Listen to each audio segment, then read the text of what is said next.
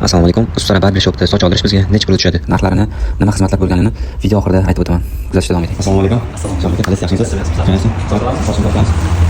Sochimizni olishdan oldin birinchi bo'lib boshimizni yuvish bilan boshladi. Bu sartaroshxonada har bir sartarosh 10 yillik tajribaga ega. Men sochimni Shoh Hakimga topshirdim. 11 yillik tajribaga ega. Juda ham chiroyli soch qilishga va'da berdilar.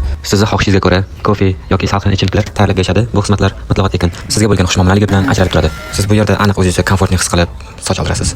Sochimni yo'llarini chiroyli qo'ydi. Gap bo'lishi mumkin emas. Kantovkalarini akkuratni klassik stilda kesib qo'ydilar. O'zi ham 4 yil, 5 yildan beri kola Pepsi ichmagandim. Shu sartaroshxonaga kelib ichishga majbur bo'ldim shu darajada. Akam bilan PlayStation o'ynagan vaqtimiz bo'ldi. UFC birga bir jang ko'rdik, kuchli nokaut bo'ldi. Gap bo'lishi mumkin emas. Sochimni yuvib, shunaqa emotsional massaj qilishdi. Tasvirlab berolmayman. Albatta o'zingiz kelib bu xizmatlardan foydalanishingiz kerak. Issiq orqali yuz tozalash volkano xizmatlaridan ham foydalandik. Juda ham yuzimni tiniq va keraksiz narsalardan tozalab berishdi. Va oq maskadan ham foydalandik. Apparatda tekshirilganda juda ham yaxshi chiqdi. Oxirida sochimni ukladga qilib qo'yishdi. Juda ham o'zimga yoqadigan stilda. Ustara barber shopda soch oldirish menga juda ham yoqdi va doimiy klient bo'lib qoldim siz bilan. Ustara barber shopda soch oldirish bizga jami 300 ming so'mga tushdi.